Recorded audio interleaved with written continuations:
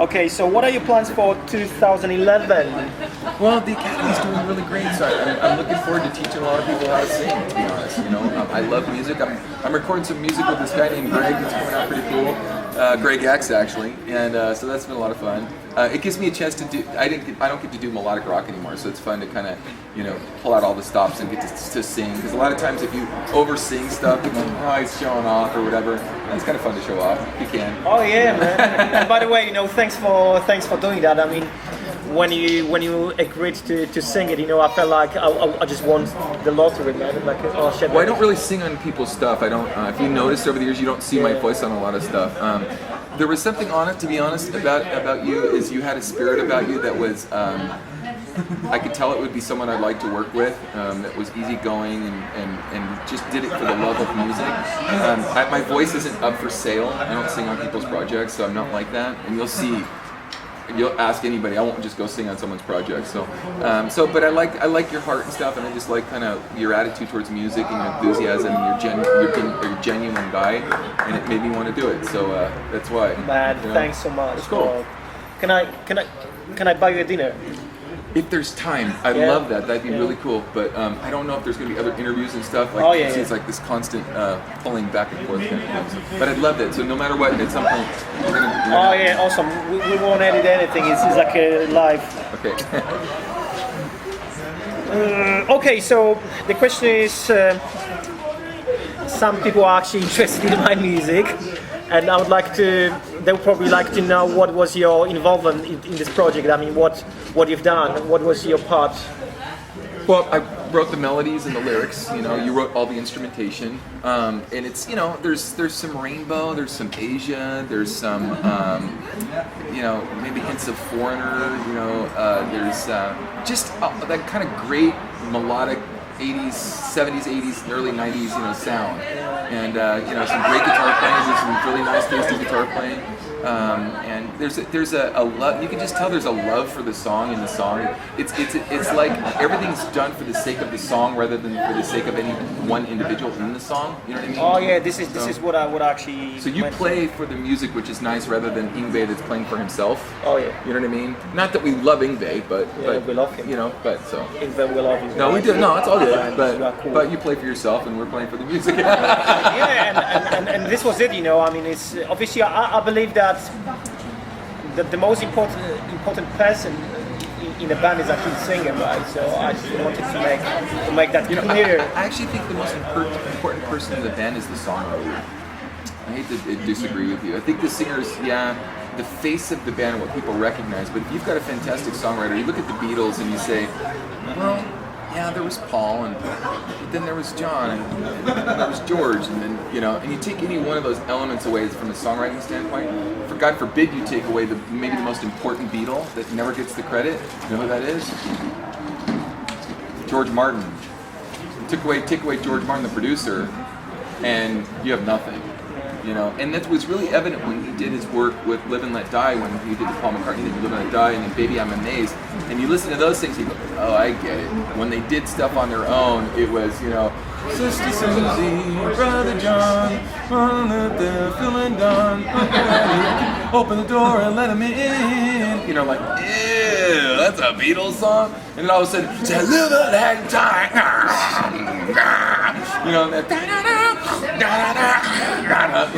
Oh, it was George Martin that was the one bringing all that stuff in. It starts to make sense, right? So who was the most important Beatle? It would be George Martin in that sense, right?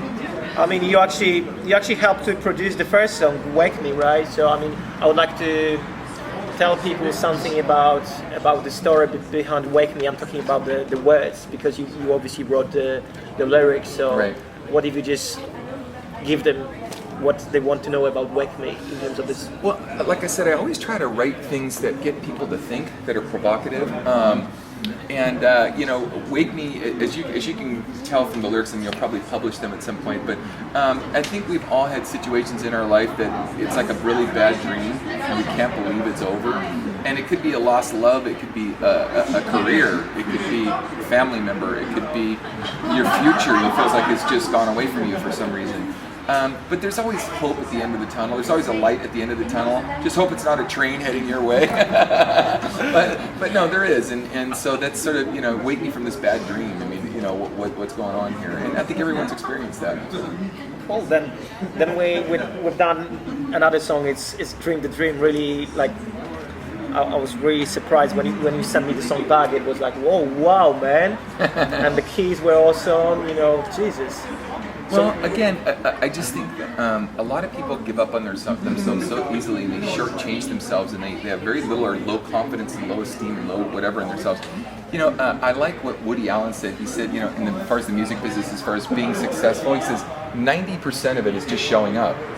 And it is. 90% of it is just, you know, showing up for something and doing it every day, chipping away at little day. There's an old saying that, you know, a long journey starts with a single step. And if you just get out there and plug away and chip away and chip away, eventually, all of a sudden, your dreams come true and you're fulfilling things you never knew you could do. If you just sit there and tell yourself, I can and I'll never make it, you won't. You'll never become anything. But dream the dream is just that. It's, you know, live your dreams. Awesome. You know, I can kind of relate to this. You know, when I read the lyrics, it was like, oh man, this song is about me. This could be about anyone, right? Yeah, exactly, totally. But I try to do it with a view towards knowing you a little bit. I know also your background, your heritage, right? Your progenation, you know, your obviously family's from a different country, and you're going to come here to become successful. Well, that's sort of the American dream, or the British dream, or let's say the dream of the West. And I obviously, you being a guitar player, you know, this guitar in my hands and all these different things like that. This is our bass player, Scotty Waddy Doo. Where's the hotel? Did you guys not go back yet? No. Did my suitcase, did it ever arrive? We don't know. We're gonna go Just find check out. out my guitar and everything, so it's like, He's got it. We're gonna go find the suitcase. okay. All right, let's see you guys. All right. So, yeah. No worries, man. Okay, so But so you know, you're a quintessential example of dreaming the dream. You know, you came over and I wouldn't imagine you had much, and you put your nose to the grindstone and you worked hard, and now you're becoming very successful at what you do. What a great testimony! What a great example of that. Even in hard times, even in times right now that are challenging, even in a depressed economy, even amidst hardship and whatnot, you know, here you are, you know, becoming successful at what you do. So I looked at sort of your life and just sort of how my life has in other people to try to encourage them to use you as an example of dreaming the dream. So that was where the inspiration from that came from. oh Christ. So Awesome. Okay, the third song is Stand Up. stand up. Yeah. All right, we're out of here. Well, that's another song. It's you know, it's like manning up to something. You know, kind of manning up to things. You know, as we again, I love empowering people to not just, you know, the minute the wind. Right? So it's exactly that. We're gonna trials, tribulations, tough times. Things are gonna come our way. And we've got to man up to them. We've got to stand up to things. You know, we stand up for what we do. Stand up to political figures we don't believe in. Stand up to music we disagree with. Stand up for things we do believe in. Stand up. I coined the phrase: don't stand for what you believe in. Don't believe for what you stand in. Right? And you know, if you don't stand for something, you'll fall for everything. So, you know, I encourage people to stand up for what they do believe in. You know, even if I disagree with you, I respect that you're standing up for what you believe in. A lot more respect for that than if you just go with the wind. So That's cool. Okay, so no worries, we're nearly done. Okay, we've got. okay. We got a place all set up. And Well, everything, so- and I've got another interview to do after this. So We're gonna check on our gear because it's supposed I got your pedal. I got your pedal. The guy Is it from working? Guardian gave us a pedal. I'm gonna put Oh. the battery in it, so you got a boost. awesome. Yes, we are. We're here. Shout, by the way, Chuck King.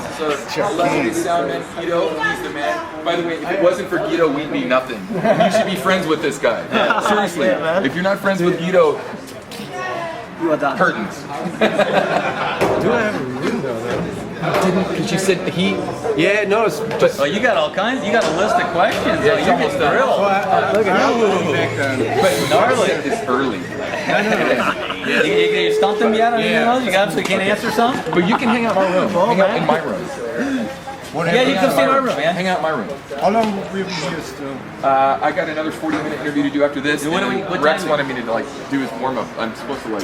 So I'll be back here then. Okay. So we can go together back to the hotel. Okay, perfect. That's awesome. Not kid. All right. Do you know where it's at, the hotel? I got If an X address. Center shows up, look and see if they brought your bag. Okay. Because we're gonna go back there and we don't know if they're on the way out right now. Okay, all right. So we don't know. All right, you guys. I'll see you in a little bit. Cool, man. Thanks, man. See ya. All right. Okay, no worries. Oh, you know what, Joey? Leave my guitar. Leave my guitar because I may warm up for Rex. I might do his gig.